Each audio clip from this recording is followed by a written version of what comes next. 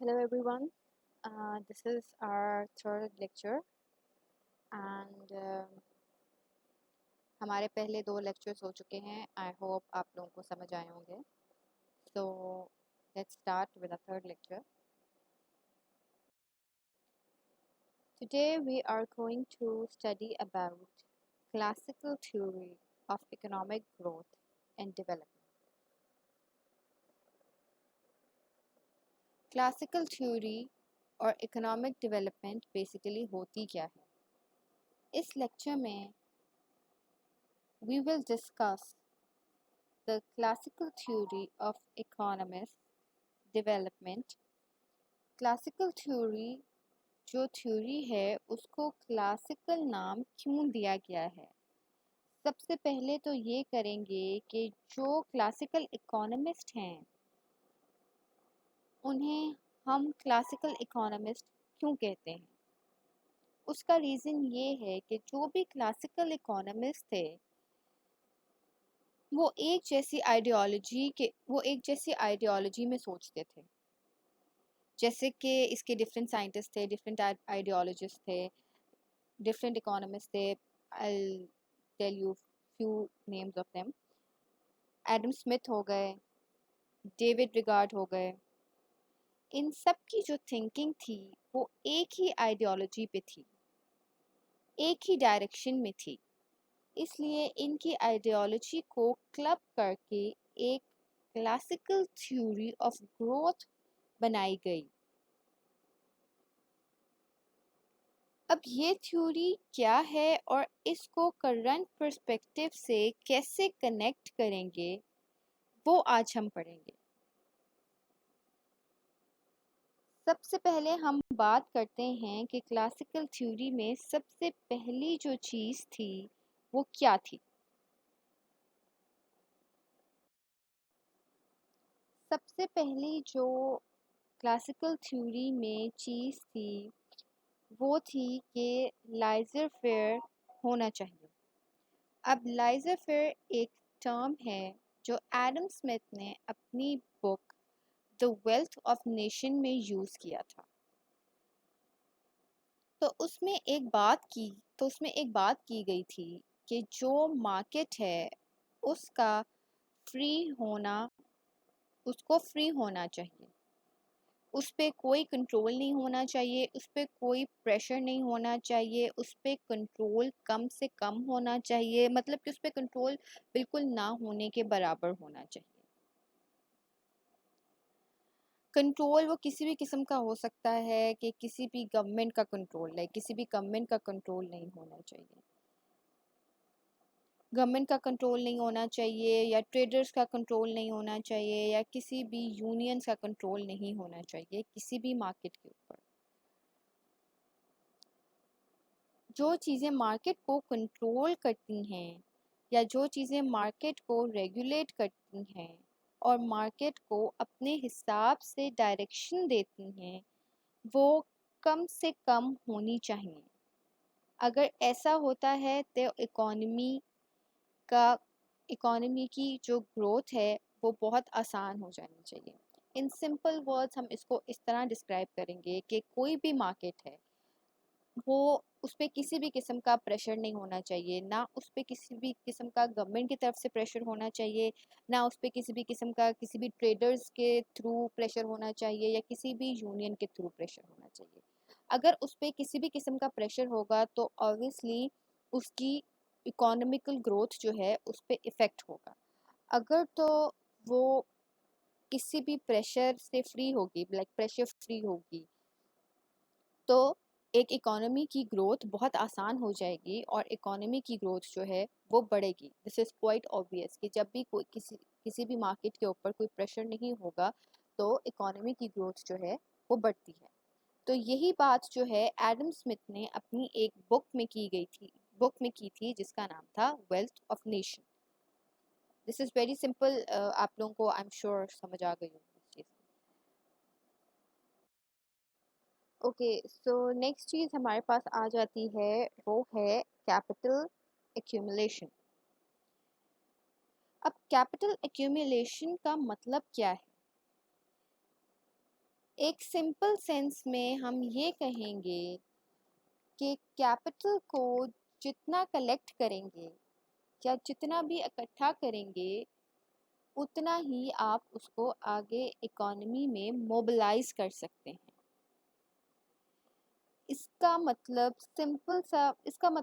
Simple सा है कि अगर आप अपनी सेविंग्स जो हैं वो आपकी सेविंग्स ज़्यादा हैं और एक्सपेंडिचर जो है वो कम है, तो सेविंग को एक्सपेंडिचर में कन्वर्ट कर सकते हैं। जब कभी आप किसी भी सेक्टर में इन्वेस्ट करेंगे उसका आपको जब भी आप किसी भी सेक्टर में इन्वेस्ट करते हैं उसको आप प्रॉफिट में कन्वर्ट कर सकते हैं। तो कैपिटल एक्यूमुलेशन हमेशा एक कंट्री के लिए बहुत अच्छा होता है और बहुत ज़रूरी होता है।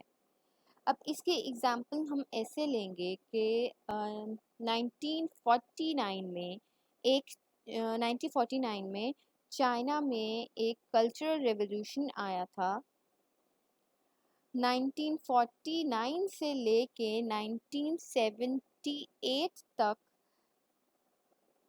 1978 तक वो चाइना में रहा था। अब चाइना ने क्या किया, चाइना ने सिर्फ अपनी जो कैपिटल एक्यूमुलेशन की वो एग्रीकल्चर सेक्टर में की। उन्होंने और कहीं इन्वेस्ट नहीं किया और किसी भी डायरेक्शन में फ्रंट्स को नहीं खोला। उन्होंने क्या किया, जो भी कैपिटल एक्यूमुलेशन है उसको उन्होंने सबसे ज़्यादा प्राइमरी सेक्टर को फोकस किया। जब 1978 में प्राइमरी सेक्टर बहुत अच्छा फ्लरिश होने लग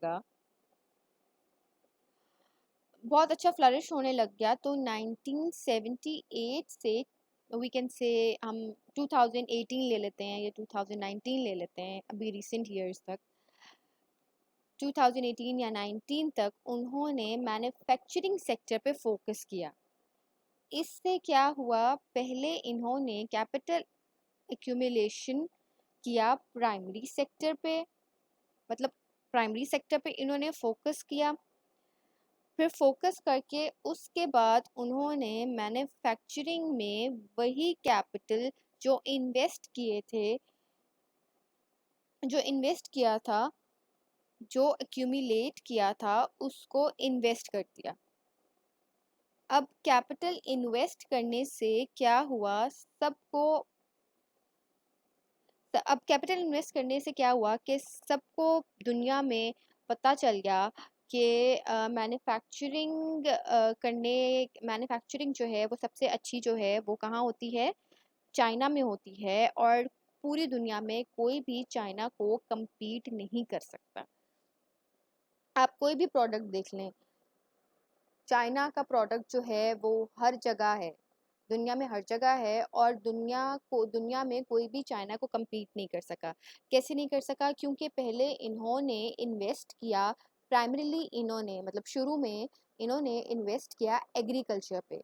ठीक है, सिर्फ इन्होंने एग्रीकल्चर पे इन्वेस्ट किया और कोई भी फ्रंट्स ओपन नहीं किए, मतलब कि और किसी भी जगह पे इन्होंने इन्वेस्ट नहीं किया, इन्होंने सिर्फ एग्रीकल्चर में इन्वेस्ट किया।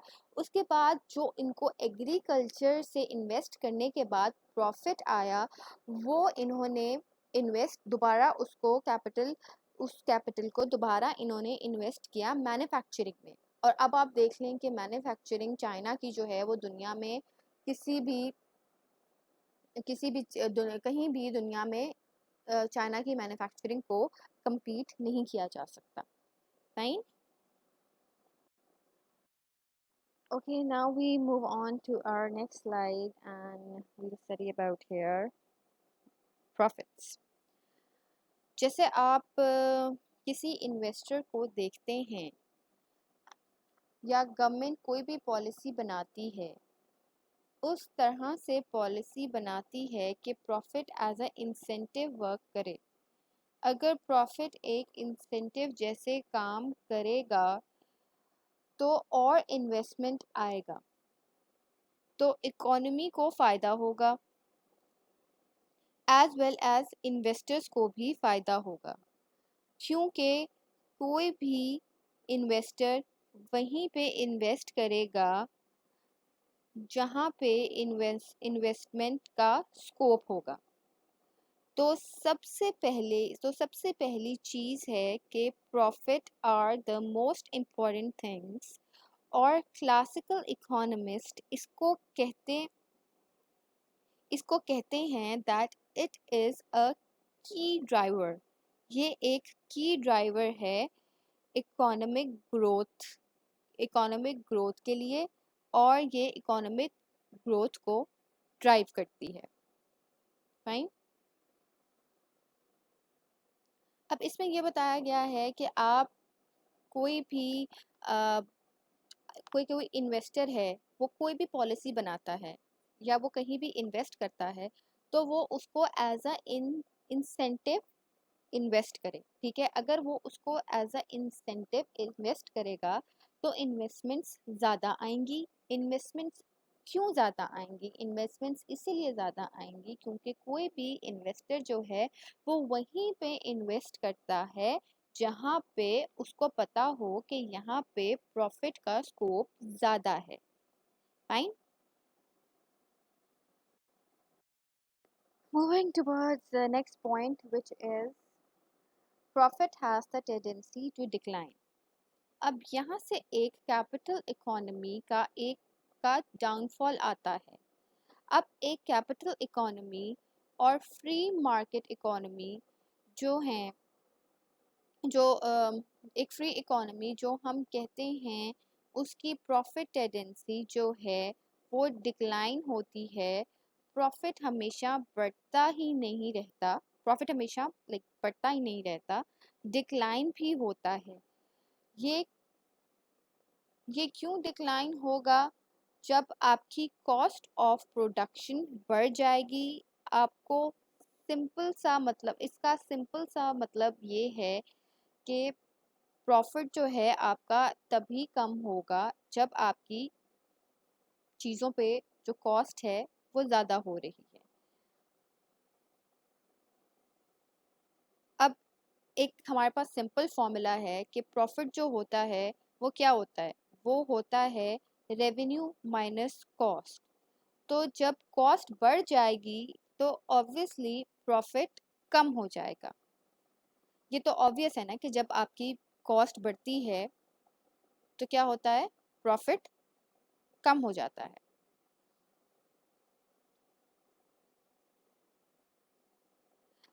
अब यहाँ पे जो हमारे क्लासिकल इकोनॉमिस्ट थे उनका ये कहना था कि कॉस्ट ऑफ प्रोडक्शन बढ़ जाएगी, जैसे कि कॉस्ट ऑफ अब यहाँ पे इकोनॉमिक्स का ये कहना था कि हमारी कॉस्ट ऑफ प्रोडक्शन जो है वो बढ़ जाती है, जैसे कि हमारी लेबर कॉस्ट बढ़ गई है, जैसे कि हमारी लैंड कॉस्ट जो है वो बढ़ गई है, हमारा जो है इनपुट वो बढ़ गया है, हमारे रॉ मटेरियल की जो कॉस्ट थी वो पहले कम थी अब वो ज़्यादा हो गई है, वो बढ़ गई है। तो इससे क्या होता है? हमारा जो प्रॉफिट है वो कम हो जाता है। अब इस पॉइंट में बेसिकली ये बात थी, पहले पॉइंट में था कि प्रॉफिट क्या, आप प्रॉफिट किस तरह लेंगे? आप प्रॉफिट को एज अ इंसेंटिव काम करेंगे तो आपके इन्वेस्टर्स उसमें इन्वेस्ट करेंगे और आपका प्रॉफिट जो है वो बढ़ेगा। अब ये हमेशा ऐसे नहीं होता कि प्रॉफिट ही आपको हमेशा प्रॉफिट ही मिलता जाए, प्रॉफिट ही मिलता जाए और आपका प्रॉफिट बढ़ता जाए। प्रॉफिट की हमेशा एक टेंडेंसी होती है डिक्लाइन करने की।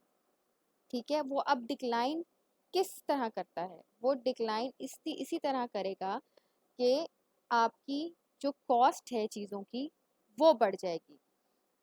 जैसे कि मैंने आपको पहले ही बताया, कॉस्ट किन चीज़ों से बढ़ सकती है? आपकी लैंड रेवेन्यू से बढ़ सकती है, आपकी रॉ मटेरियल से बढ़ जाती है, आपकी जो लेबर की कॉस्ट है उससे बढ़ जाती है, एंड एक्सेट्रा। तो इससे क्या होगा? प्रॉफिट में जो है वो डिक्लाइन आएगा। और ये हर बिजनेस में होता है, ये हर उसमें होता है कि हमेशा आपका ग्राफ जो है वो सीधा स्ट्रेट नहीं जाता, आपके डिक्लाइन आता ही आता है। अब क्या होगा, स्टेशनरी स्टेट। तो लास्ट थिंग ये होगी कि इकोनॉमी डिक्लाइन होगा तो इकोनॉमी स्टेशनरी स्टेट पे पहुंच जाएगी। अब एक इकोनॉमी स्टेशनरी स्टेज पे कब पहुंचती है? तो स्टेशनरी स्टेज का मतलब ये होता है कि जब कोई भी चीज़ स्टेगनेंट हो जाती है, मतलब कि स्टेगनेंट हो गई है। स्टेशनरी, एक इकोनॉमी की स्टेट स्टेशनरी हो गई है, इसका मतलब ये है कि एक इकोनॉमी की ग्रोथ जो है वो स्टेगनेंट हो जाती है। मतलब कि जब ग्रोथ बढ़ती नहीं है तो स्टेशनरी स्टेट आ जाती है। अकॉर्डिंग अकॉर्डिंग टू इकोनॉमिस्ट, दो तरह से हम इस स्टेज पे पहुंच सकते हैं। दो तरह से हम स्टेशनरी स्टेज पे पहुंच सकते हैं। एक तो कि आपके नेचुरल रिसोर्सेज कम हो जाएंगे या ख़त्म हो जाएंगे, और हमारे नेचुरल रिसोर्सेज क्या होते हैं, जैसे कि गैस है, पेट्रोलियम है, ठीक है। ये अगर हमारे पास नेचुरली कम होगी तो क्या होगा, हमारी जो इकॉनमी है वो एक स्टेशनरी स्टेट में पहुंच जाएगी। अब दिस इज़ क्वाइट ऑब्वियस कि हमारा मुल्क है, हमारे मुल्क में पानी की कमी हो गई है, ठीक है, डैम्स नहीं बन रहे, तो उससे क्या होगा, हमारी इलेक्ट्रिसिटी भी कम होगी। हमारा इलेक्ट्रिसिटी, पानी जो है वो एक नेचुरल रिसोर्स है ना, इलेक्ट्रिसिटी जो है वो पानी से बनती है। तो हमारा एक नेचुरल रिसोर्स कम हुआ, इसकी वजह से हमारी इकोनॉमी जो है वो एक स्टेशनरी स्टेट में आ गई। और दूसरी चीज़ क्या है कि जब हमारी टेक्नोलॉजी में इनोवेशन नहीं होगी तब भी हम एक स्टेशनरी स्टेट में आ जाएंगे। अब टेक्नोलॉजी में इनोवेशन का क्या मतलब है? टेक्नोलॉजी में इनोवेशन का मतलब ये है कि हम अपनी मुल्क के अंदर नई टेक्नोलॉजी को इंट्रोड्यूस नहीं करेंगे, या जो नई टेक्निक्स हैं या जो नई टेक्नोलॉजीज हैं उसको इम्प्लीमेंट नहीं करेंगे, तो हमारी जो इकोनॉमी है वो एक स्टेशनरी स्टेट पे आ जाएगी। वो क्यों हमारी इकोनॉमी एक स्टेशनरी स्टेट पे आ जाएगी? बिकॉज जो और कंट्रीज़ हैं वो तो उन्होंने तो नई टेक्नोलॉजी को अडेप्ट कर लिया है, उन्होंने तो टेक्नोलॉजी में वो इनोवेशंस आई, उन्होंने उनको अडेप्ट किया और उन्होंने उस टेक्नोलॉजी को यूज़ किया और उनकी इकोनॉमी जो है वो आगे से आगे बढ़ती गई। लेकिन अगर हम जो है इकोनॉमी को, अगर हम जो है टेक्नोलॉजी को एक्सेप्ट नहीं करेंगे, अडेप्ट नहीं करेंगे, या अपनी टेक्नोलॉजी के अंदर इनोवेशंस नहीं लेके आएंगे, हम उन्हीं पुराने तरीक़ों पे चलते रहेंगे, उन्हीं पुरानी टेक्नोलॉजीज़ को यूज़ करते रहेंगे, तो हमारा क्या होगा, हमारी इकोनॉमी एक स्टेशनरी स्टेज पे आ जाएगी।